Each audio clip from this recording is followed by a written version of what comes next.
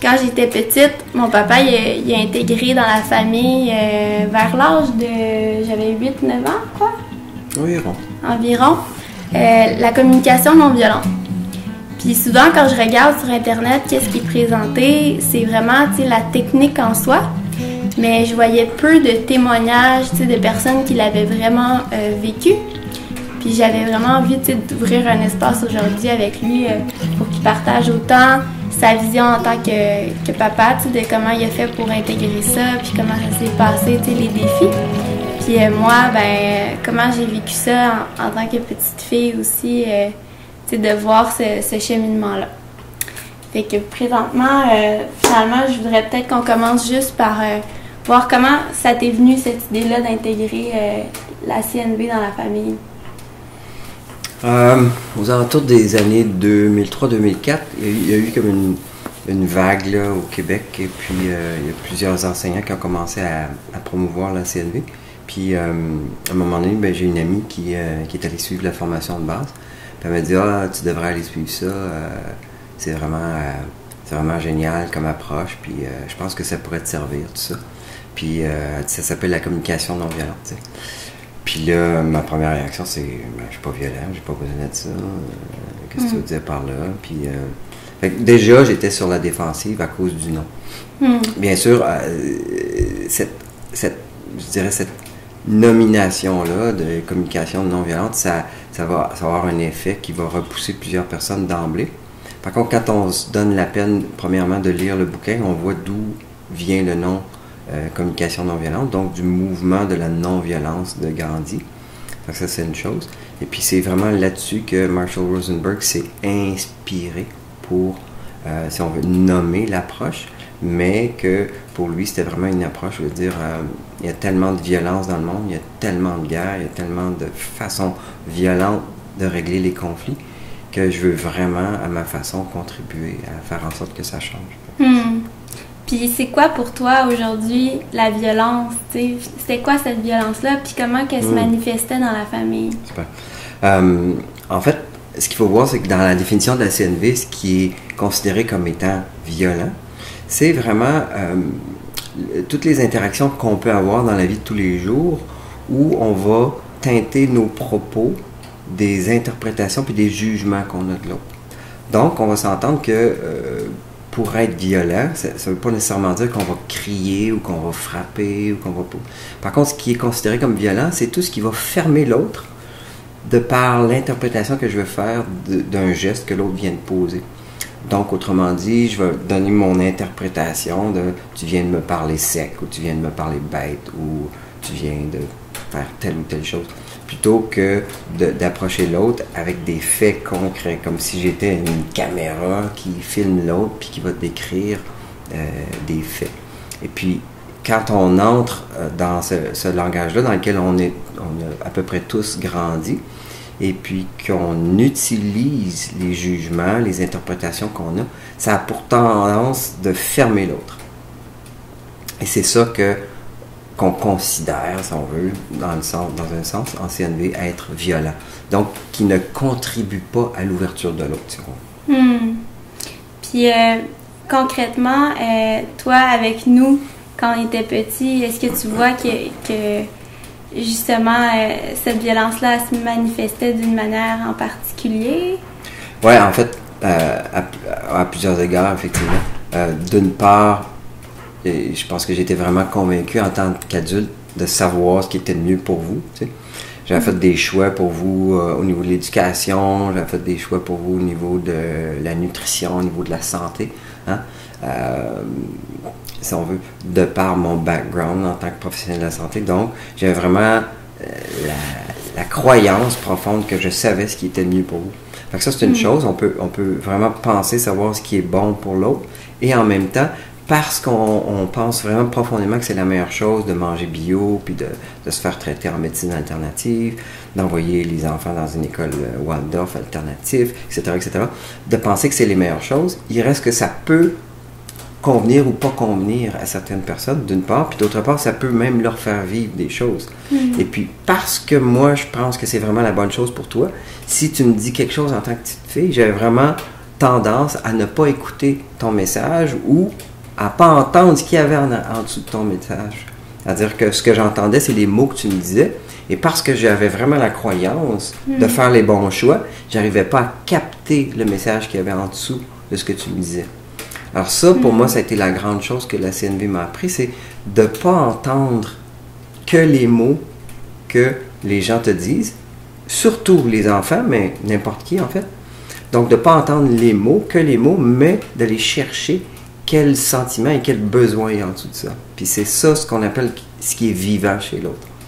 Et quand ça nous permet d'entendre ce qui est vivant chez l'autre, là, après ça, ça change toute notre vision des choses parce que l'enfant n'aura pas le même raisonnement que l'adulte, n'aura pas les mêmes compréhensions de l'impact que ses choix vont faire. Par contre, si on connecte vraiment avec ce qui est vivant chez cet enfant-là, ça change toute notre dynamique et on n'entend plus l'enfant de la même façon. Donc, les choix que j'ai pu faire au niveau de l'éducation, au niveau de la santé, ont pu être, par moments, être perçus comme étant violents parce qu'ils ne contribuaient pas à l'ouverture de ce que vous aviez nécessairement à me témoigner par rapport à ces choix-là dans certains cas, comme par exemple l'entrée à l'école Waldorf pour toi. Oui, c'est ça qui a été difficile. Tu sais, j'ai vécu quand même beaucoup de rejets de la part de mes collègues de classe. Puis c'est fou parce que des années après, tu sais, je me suis dit, moi, tu sais, mes enfants, tu sais, j'ai comme pu vraiment toucher à l'importance finalement, tu sais, de ce que les écoles alternatives pouvaient apporter. J'ai touché à l'importance du bio puis de la médecine alternative.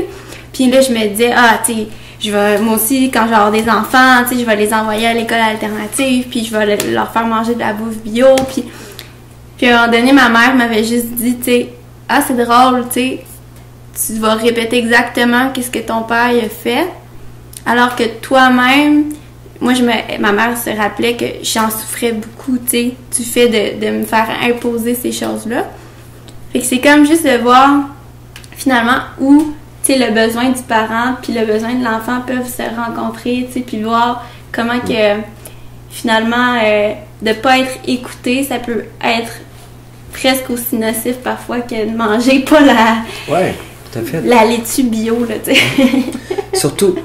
Surtout de savoir, en tant que parent, ce qu'il faut savoir, c'est qu'il ne faut pas se culpabiliser parce qu'on n'a pas été capable d'écouter l'enfant, parce que j'avais même pas la conscience de ça à cette époque-là.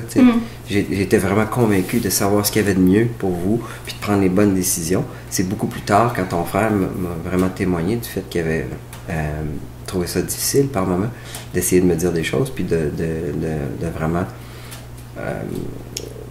voir puis sentir que j'étais pas capable d'entendre en fait ce qu'il disait.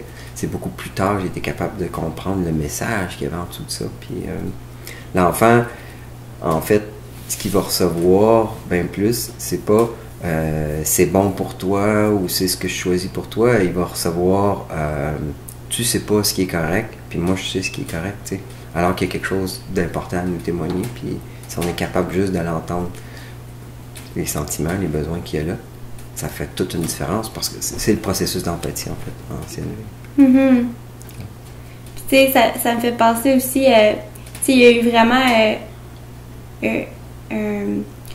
en fait, quand tu as décidé d'intégrer la CNV, Étienne puis moi, on s'en est vraiment rendu compte, Étienne qui est mon frère, parce que dans le langage, justement, il y a quelque chose qui va vraiment changer, puis qui est presque un peu robotique au début, parce qu'il y a comme une formule. Puis ça, c'est comme un des défis que beaucoup de familles qui touchent, tu sais, c'est de dire, ça sonne faux, tu sais, puis ça vient irriter le conjoint ou les enfants. Toi, qu'est-ce que tu peux répondre à ça? Je pense que c'est propre à tout apprentissage de quelque chose de nouveau, de toute approche nouvelle. Surtout, on va souvent parler en CNV de l'apprentissage d'une nouvelle langue, parce que c'est vraiment ça, c'est l'apprentissage d'une nouvelle langue. Quand on apprend à parler une nouvelle langue, on va dire, bon, je sais pas moi, me want a dog, please. Donc ça va pas se sentir ça va pas être reçu par l'autre comme quelque chose de très élégant tant qu'on n'a pas fait ses gammes, ou encore la même chose, je faisais si on veut l'analogie avec apprendre un nouvel instrument, ben au début quand on fait les gammes, quand tu apprenais le violon, c'était pénible. C'était vraiment donc au début c'est sûr qu'on applique cette formule, si on veut, qui est importante au départ parce qu'il faut vraiment pouvoir intégrer les 4 éléments de base de la CNV avant de pouvoir naviguer là-dedans.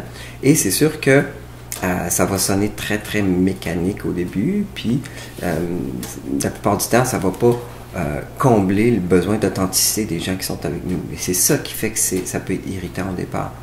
Et je dirais, bon, pour ceux qui ne sont pas familiers avec la CNV, c'est qu'il y a comme 4 étapes, qui est l'observation, dépourvu de toute interprétation, de tout jugement, et ensuite de ça, nommer l'émotion qu'on a vécue, qui, elle, on doit rattacher à un besoin, et l'émotion qu'on vit, bien sûr, va avoir été causée par le fait qu'un besoin est comblé ou non. Et à la toute fin de tout ça, de ce processus-là, de rattacher tout ça à une demande claire et précise à l'autre personne. Donc, ces 4 étapes-là, et quand au début, on commence à apprendre la langue, la CNV, de cette méthode-là, bien, c'est sûr que ça peut faire un peu machinal de répéter ces étapes-là.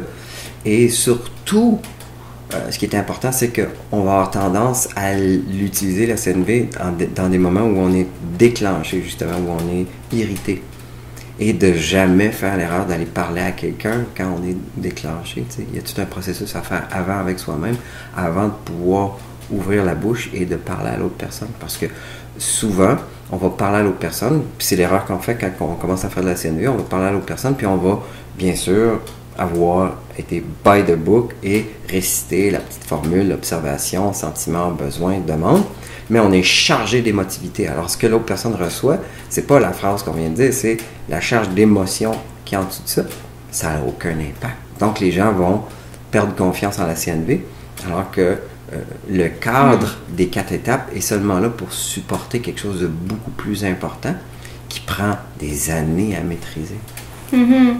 Puis j'ai l'impression que aussi, moi, ce qui m'aidait à passer mon irritation, c'est de voir que, tu sais, derrière tout ça, en fait, ce que tu cherchais, c'était à être moins violent puis connecter avec nous. Fait que là, moi, ça m'aidait à mieux comprendre puis saisir. Fait que je pense que, tu sais, les parents qui vivent ça, c'est de vraiment prendre du temps avec vos enfants, tu sais, de leur expliquer, tu sais, pourquoi vous faites ça, tu sais, puis c'est quoi les impacts que ça va avoir. Moi, ça pouvait, tu sais, au-delà que ça méritait, ça me touchait finalement, tu sais, de voir que tu faisais ces efforts-là, parce que j'avais une difficulté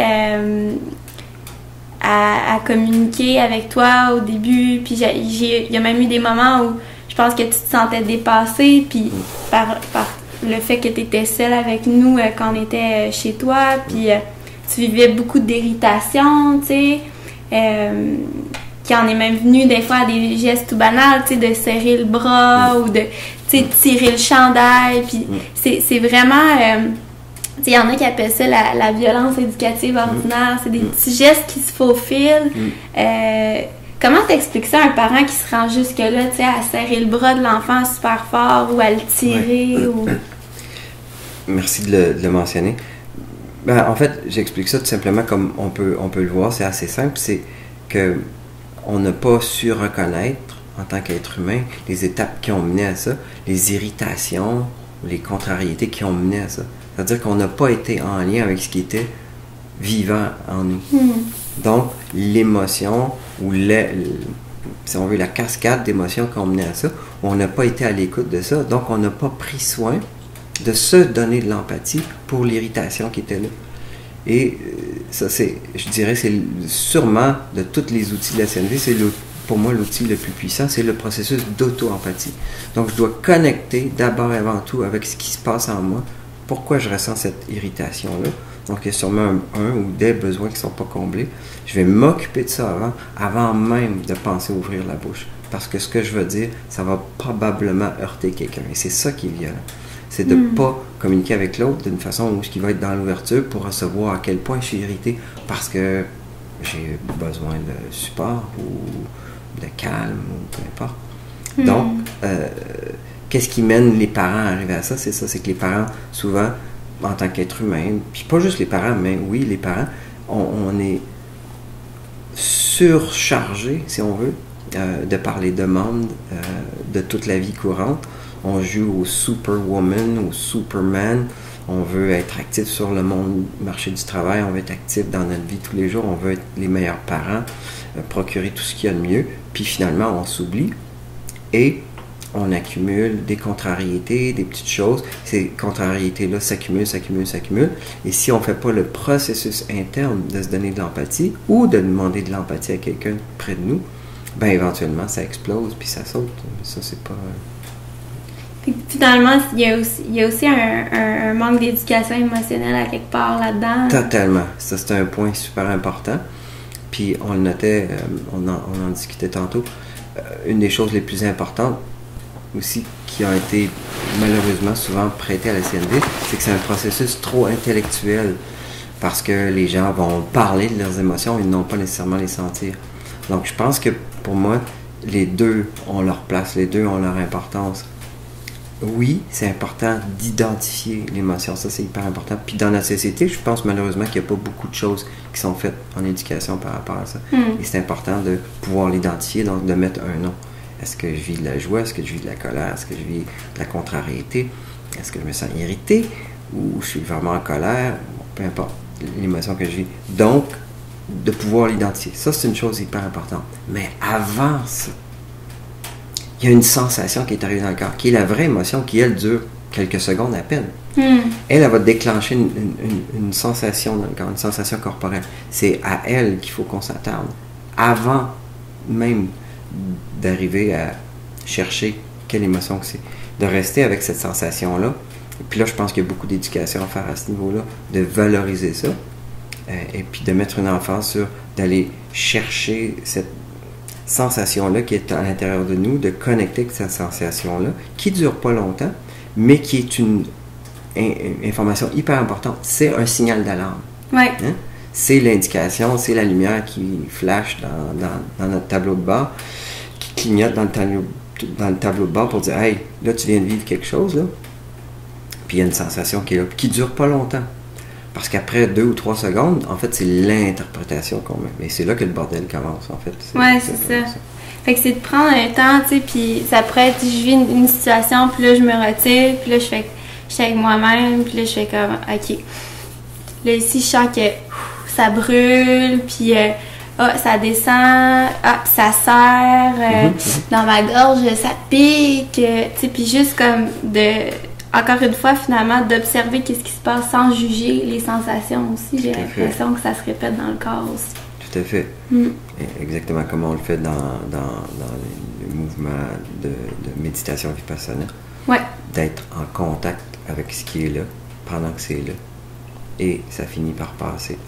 Sauf que si on s'en occupe pas, et on ne va pas prendre contact avec ce qui était là, on refoule, c'est pas mieux non plus. Donc, il faut s'en occuper.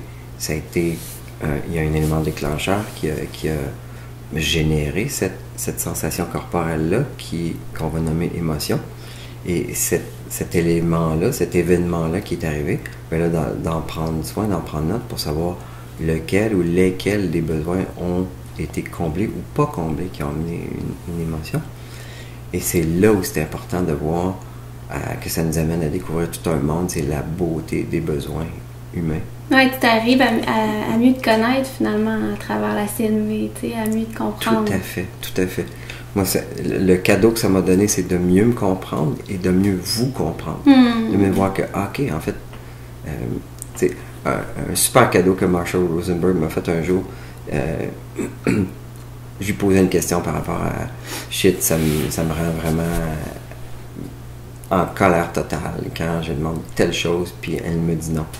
Puis là, il me regardait avec un grand sourire, puis il dit, le jour que tu vas entendre, pas le non, mais tu vas entendre ce à quoi elle dit oui, ça va changer complètement ta vie. Puis effectivement, ça a changé. Quand on arrive à reculer un peu de la situation, puis de voir, OK, cette personne-là, elle me dit non, mais à quoi elle dit oui? Quel besoin elle essaie de combler en me disant non? Elle dit oui à autre chose, à combler un autre besoin. Puis ça, c'est la beauté. Comme par exemple, hier, Étienne qui devait partir, puis il ne pouvait pas rester avec nous parce qu'il avait besoin de prendre soin de lui. Cool. Pour moi, ça a changé tout. J'étais triste parce qu'Étienne ne pouvait pas rester pour souper avec nous. Et en fait, j'étais super content parce qu'Étienne décidait d'aller prendre soin de lui puis prendre un temps de recul pour intégrer. Wow, cool. J'étais tellement content qu'il fasse ça. Ouais. Ça a changé toute ma compréhension de ce qu'il faisait. Puis, c'est comme si finalement aussi, à travers ça, ce que je réalise, c'est que t'as pas eu besoin de nous l'apprendre nécessairement, mais toi, en l'intégrant, tu réalises qu'aujourd'hui, nous aussi, en tant qu'enfants, on l'a intégré sans que tu nous offres un cours ou sans qu'on l'apprenne à l'école. Tu sais, parce que des fois, t'entends ça, tu sais, la CNV devrait, les enfants devraient apprendre la CNV, puis qu'est-ce que tu penses de ça? Ben oui, c'est bon si on enseigne la CNV à l'école, mais un jour, je te donne une formation, justement, puis il y a quelqu'un qui a demandé au professeur, mes enfants ont, je me souviens plus, 4 et 6 ans, mais il n'est pas un peu tôt pour leur montrer la CNV. Puis le prof a dit, demande-toi pas s'il est trop tôt, demande-toi s'il est trop tard pour enseigner la CNV, tu sais. Ouais. Puis en fait, à la maison, pour moi, la question se pose même pas, il n'y a pas d'éducation de CNV à faire, pas plus que l'éducation de français, ou pas au départ, en tout cas. C'est d'être ça, d'incarner ça. Puis les enfants, ils grandissent là-dedans, puis ils n'ont même pas à apprendre ça. C'est dans leurs cellules, c'est dans qui ils sont, puis c'est comme ça qu'ils vont communiquer eux aussi. Tu sais. Bon, ceci dit, je mets un bémol aussi parce que ça a l'air tout beau. Le grand paradoxe, c'est que c'est hyper difficile de l'intégrer avec nos proches, avec nos conjoints, avec nos enfants, avec notre famille. C'est là où c'est le plus difficile parce que c'est là où on a les plus grandes blessures et c'est là où on est le plus déclenché. Ouais. Puis le jour où j'ai lâché prise avec vouloir être parfait, puis d'arrêter de me taper dessus parce que j'y arrivais pas souvent, ou pas tout le temps. C'est le jour où j'ai entendu Marshall Rosenberg donner de l'empathie à une dame qui était là, qui avait des gros problèmes avec son conjoint. Puis là, quand il a eu fini de lui faire une séance d'empathie, il dit Marshall, t'es tellement merveilleux, quoi que ce soit. Puis il a regardé avec un grand sourire, il a dit ah oui, je suis très très bon avec la femme des autres. Si tu me voyais avec la mienne. Ouais. Donc, c'est lui qui a mis au monde ce concept-là, cette façon de voir la vie, parce que pour moi, la CNV, c'est pas une technique, c'est une façon de voir la vie, c'est une façon de vivre la vie. Si lui avait l'humilité de dire je suis très très bon avec les autres, maintenant, dans ma propre cour, c'est pas toujours le cas. Tu sais, lâche prise, t'es pas parfait, puis... Absolument. Fait que, tu sais, comme là, on a comme vu un peu le défi, tu sais, de, comme on a nommé, c'est un apprentissage qui peut sonner faux au départ, mais tu sais, finalement, avec la pratique, ça vient. On a nommé également le défi de pas juste trop tomber dans l'intellect, mais de vraiment essayer de venir vivre l'émotion, tu sais, avant de l'identifier. Avant de l'identifier. Ouais. Un autre défi... je pense que tu me nommais que parfois les gens vont commencer à donner de l'empathie plus à l'histoire de la personne plutôt qu'à elle-même, à la personne qui est devant ça. Tu peux-tu développer par rapport à ça? Oui. Souvent, les critiques que j'entends à propos de la CNV, c'est ça fonctionne pas trop, en fait, on a essayé, puis bon. Puis un des aspects qu'on a mis tantôt, c'était le fait que, bon, c'est ça, on va parler à l'autre, on va réciter la formule de CNV en 4 étapes, mais on est complètement déclenché, on est complètement irrité. Donc, on s'entend que ça a très, très peu d'effet. Ouais. À la limite, on peut voir, comme tu disais, l'effort que l'autre être humain essaye de faire pour changer, ce qui est touchant en soi, mais ça, on reçoit de l'impact. Tandis que, si par exemple... prenons un exemple d'une fille, disons, appelons-la Elisabeth, qui est super traîneuse, jugement, puis qui laisse... c'est ça. Vous entendez le jugement? Qui laisse traîner ses choses un peu partout, tout ça. Et si moi, je prends une entente avec Elisabeth, alors qu'elle a 7 ou 8 ans, et que là, je veux vraiment qu'elle ramasse ses choses dans les espaces communs parce qu'on reçoit de la visite ce soir, et qu'elle me dit, je vais le faire ce soir en rentrant à la maison, qu'on rentre à la maison, et c'est pas ramassé. Les choses traînent encore. Alors qu'on a eu une entente claire que je lui laissais, le choix de le faire ce matin ou ce soir, mais j'aimerais vraiment que ça soit fait ce soir. Et là, je rentre, c'est pas fait. Ben là, je suis déclenché. Je suis complètement irrité. Puis là, c'est pas le temps de me parler. Puis là, j'ai une amie qui est là, qui m'écoute parler, puis là, elle fait de la CNV, donc elle veut m'aider. Puis là, tu me racontais ce qui se passe. Ah ben oui, c'est ça, j'avais demandé à Elisabeth de ramasser ce matin, puis elle m'a dit qu'elle ramasserait soit ce matin ou soit ce soir. Je reviens ce soir, c'est toujours pas à ramasser. Les invités arrivent d'une demi-heure, c'est tout à l'envers. Ah ouais, puis elle t'avait vraiment dit qu'elle ramasserait? Oui, elle m'avait dit qu'elle ramasserait. Wow, shit, c'est pas cool. Puis là, on arrive dans le salon. Wow, elle est vraiment traîneuse, hein? Puis là, je te comprends vraiment. Puis, oh, ça doit pas être drôle, hein? De dealer avec quelqu'un de traîneux comme ça, puis tout ça. Alors, ce que la personne est en train de faire, en fait, est en train de donner de l'empathie à l'histoire que je me raconte qu'Elisabeth est traîneuse. Puis elle nourrit l'histoire aussi. Elle nourrit l'histoire. Elle envoie l'énergie dans l'histoire, tu sais. Ouais. Plutôt que de donner de l'empathie à ce que je vis.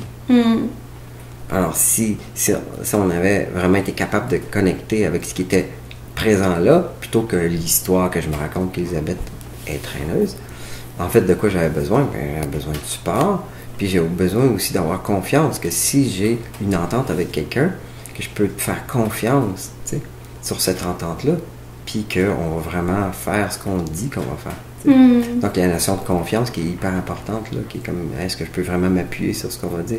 Puis là, ça change tout. Si je reçois cette empathie-là par rapport à ça, ok, cool, ouais, c'est vraiment important pour moi de clarifier la notion de confiance avec Elisabeth après, tu sais, puis et là, en ce moment, j'ai aussi, dans le moment même, besoin de support parce que les invités arrivent d'une minute à l'autre, donc il faut que ça se ramasse, là, tu sais, j'ai pas le goût de laisser ça comme ça pendant que les gens sont là. Fait qu'il y a deux niveaux, toujours un niveau plus superficiel de base qui est, j'ai besoin de support. Et en plus, en dessous, c'est comme, wow, il y a vraiment pour moi une notion de confiance, là, il y a un besoin de confiance qui n'est pas comblé dans cette situation-là. Oui. Et ça fait toute la différence quand on touche au vrai besoin, c'est là où je vais en parler. Il y a toujours des couches de besoins différentes. J'aimerais ça peut-être terminer en regardant chacun, tu sais, autant toi en tant que papa, puis autant moi en tant que fille, tu sais, ça a été quoi finalement la perle, tu sais, que la CNV nous a donné. Tu sais, on dirait que moi, spontanément, qu'est-ce qui vient, c'est... tu sais, je pense que il y a un moment où, tu sais, j'avais même peur de toi, dans le sens que, tu sais, je voyais que tu étais dépassée, puis tu n'étais pas disponible, puis moi, ça me faisait peur, tu sais, puis à travers la CNV, je trouve que tu as été en mesure de me montrer ta vulnérabilité. Fait que là, ça, moi, c'est comme si ça m'a rassurée. C'était rassurant, ouais. C'était rassurant pour moi, puis j'ai pu connecter, tu sais, avec lui-même, puis faire comme, ok, tu sais, lui aussi, il vit des choses, puis, tu sais, j'ai compris aussi à travers ça, puis c'est vraiment venu, tu sais, je pense que j'ai connecté avec ton enfant intérieur, finalement, tu sais, j'étais avec mon humanité. Ton humanité, ouais. Je pense que ça vraiment... Puis j'ai vu le switch après, tu sais, à quel point notre relation a changé, tu sais, du tout au tout, là. Ouais, qu'il y avait plus d'équité, en fait. Ouais, il y avait plus d'équité, puis... Ouais, c'est comme si le lien aussi était presque amical, tu sais, c'était rendu un ami pour moi, plus qu'une figure d'autorité. C'est vraiment ça. C'est de passer de la figure d'autorité à... On cohabite ensemble, puis... Plutôt que je sais ce qui est bon pour toi, ben j'ai le droit de me tromper, je fais des erreurs, et en même temps, c'est important ce que tu essaies de me dire. Ouais, je dirais que c'est ça. Cool. Ben, merci de me partager ça. Moi, je dirais le point le plus important, ça a été vraiment de pouvoir connecter avec les besoins fondamentaux ou autres, mais les besoins que tu essayais d'exprimer d'une façon parfois très maladroite, comme on le fait tous, pas parce que tu étais un enfant, à ta façon. Puis plutôt de faire comme j'ai fait longtemps dans le passé, d'entendre les mots que tu disais, de pouvoir connecter avec « Ah, en fait, c'est ça qu'elle est en train d'essayer de faire à sa façon. » Puis on fait tous ça. On va exprimer des choses au début maladroitement parce qu'on vit des émotions fortes. Puis là, en fait, quand j'ai été capable, par moment, pas toujours, mais quand j'ai été capable de connecter avec c'était quoi les besoins qu'il y avait en dessous de ça, pour moi, ça a complètement changé ma vision de ce que tu vivais comme enfant. Puis ça a rendu, pour moi, la chose bien plus compréhensible. Puis ça m'a aussi donné confiance dans tes capacités de régler ce que tu avais à régler. Parce que même si tu ne prenais pas le chemin que moi j'aurais pris, je savais après ça quel besoin tu essayais de combler. Puis là, ça m'a permis de lâcher prise. Ouais, c'est juste une stratégie. Ouais, lâcher prise, par exemple, au choix que tu as fait dans tes études. Un parcours qui était, pour moi, pas en ligne droite, avec lequel moi je me sentais à l'aise. Un parcours complètement différent. Puis de voir tout ce que tu es en train d'accomplir aujourd'hui, ben, chapeau. Merci. C'est gentil. Dans le fond, j'avais juste envie peut-être de terminer avec concrètement, tu sais, offrir aux gens, pour toi, finalement, comment intégrer la CNV? Là, quelqu'un qui est en train d'écouter ça, puis il fait comment? Ouais, ça me donne vraiment envie de m'y mettre, tu sais. Par quoi commencer? Ben, premièrement, peut-être de lire le premier bouquin que Marshall Rosenberg a écrit, qui, disons le titre, je me souviens jamais. Le titre, c'est Les mots sont des fenêtres ou des murs. Introduction à la communication non violente. Ouais. Introduction to NVC. Donc ça, c'est une première des choses. Et surtout de ne pas en rester là dans les concepts théoriques qui sont énoncés dans le bouquin. Le bouquin est super facile à comprendre, ceci dit, il est super bien écrit. Mais après ça, il y a une série d'enseignants au Québec qui ont été formés maintenant, qui sont des enseignants dûment formés. Entre autres, il y a le groupe Conscientia qui offre des ateliers d'introduction à la CNV et à Québec et à Montréal. Ce sont des gens formidables que je salue, que j'aime beaucoup, Marcel et Robert, et qui moi, ont contribué à m'accompagner aussi à travers tout cet apprentissage-là. Donc, j'invite les gens à choisir quelqu'un dans la région et surtout de faire des groupes de pratique ensuite. Parce que c'est comme autre chose.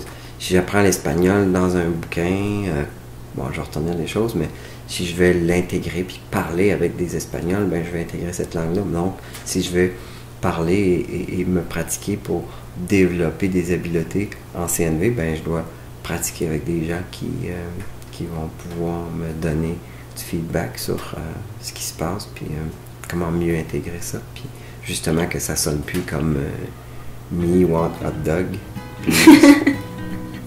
Sur ces sages paroles, merci beaucoup. À bientôt, j'espère que ça vous a servi.